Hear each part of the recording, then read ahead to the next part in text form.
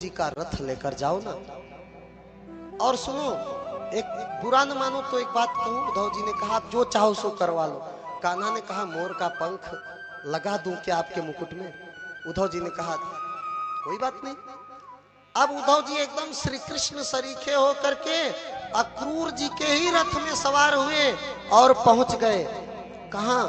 ब्रज गौशाला के पास ठहरे। उद्धव जी ने एक दृष्टि दिखाया, गायों ने देखा एक बार।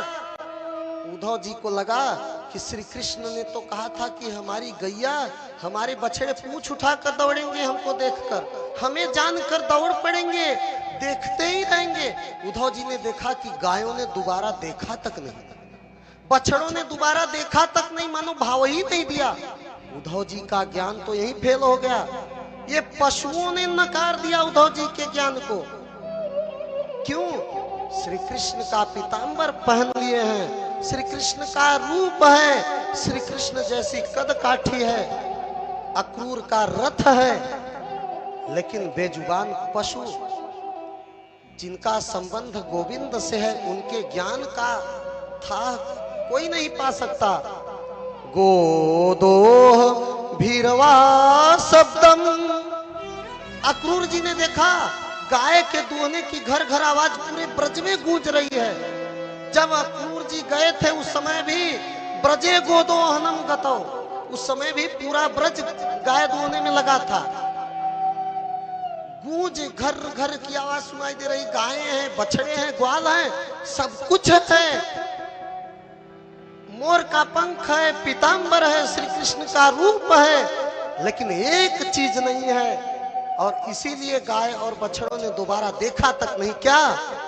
वेणु नाम निस्वरेण, बांसुरी की धुन नहीं है, इसलिए बछड़ों ने दोबारा ताका तक नहीं।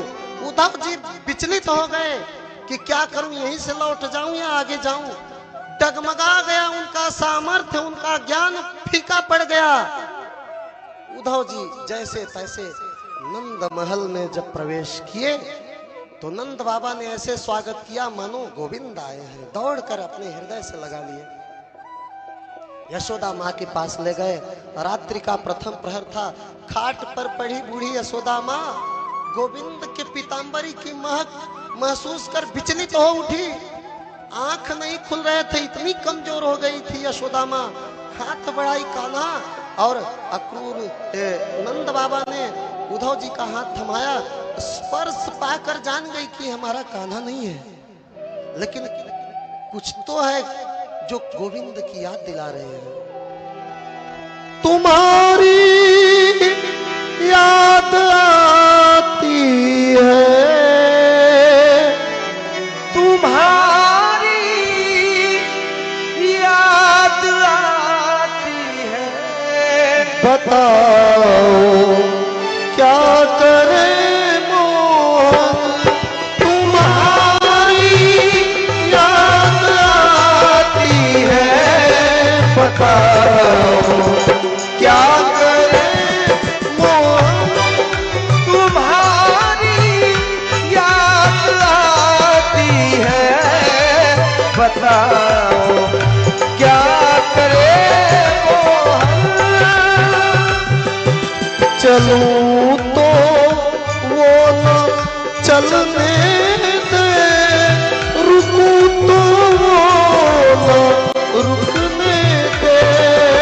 चलूं तो वो न चलने दे, रुकूं तो वो रुकने दे। अगर मैं चल रही हूँ ना, तुम्हारी याद में खो गई तो मैं रुकना भूल जाती हूँ कि कहाँ रुकना है, और रुकी हूँ तो चलना भूल जाती हूँ कि मुझे और भी काम है, किसी और से मिलने की इच्छा ही नहीं है। चलूं तो वो न चलने दे, रुकूं तो वो न रुकने दे। चलूं तो वो न चलने दे, रुकूं तो वो न रुकने दे। मिलूं और